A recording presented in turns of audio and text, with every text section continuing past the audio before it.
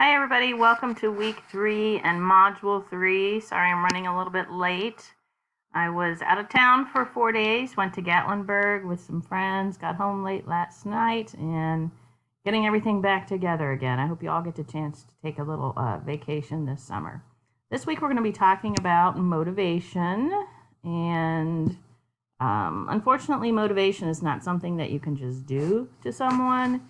You can try to create conditions where people are willing to exert effort towards the goals, but it's not a straightforward kind of answer. How do you motivate people? So this week we'll be giving you some tools, some things to try as you're trying to motivate people. Sorry, I'm at home. My cat is meowing. My washer is going. Hopefully you can hear me over all of that. So the readings this week are 2 chapters. One talks to you about or tells you about the different theories of motivation over time, how research and thinking on the topic has evolved. And then 6 is specifically about designing the jobs or work environment so that people find them motivating.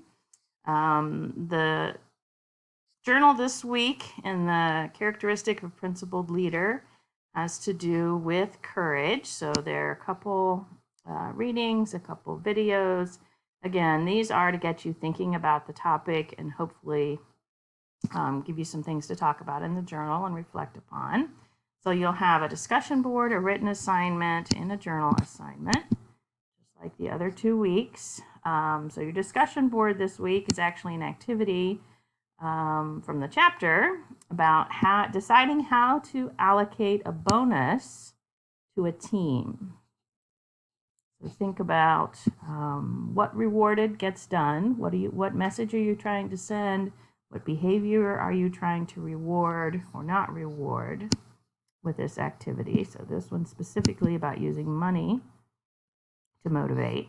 The written assignment this week asks you to choose a job and evaluate it in terms of the job characteristics model, how motivating is doing the job itself. And so the idea here is that if you create a job with these core characteristics, use a variety of skills, complete and you're completing a task. So from beginning to end, that's task identity. You feel that your job is important, that's significance. Autonomy is getting to make decisions on your own. And feedback is getting feedback from the job itself or from the people immediately around you so you know how you did. So if your job has those characteristics, you should feel that it's meaningful, you should feel responsible for what happens, and you should know the results, which in turn should lead to high internal motivation, satisfaction, effectiveness.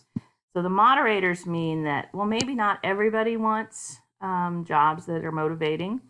So people have to have the knowledge and skill to do the job. They have to have, so growth needs strength is an individual that wants to grow and develop and be pushed and take on additional responsibilities in the context in which they're working, or the environment has to be good enough.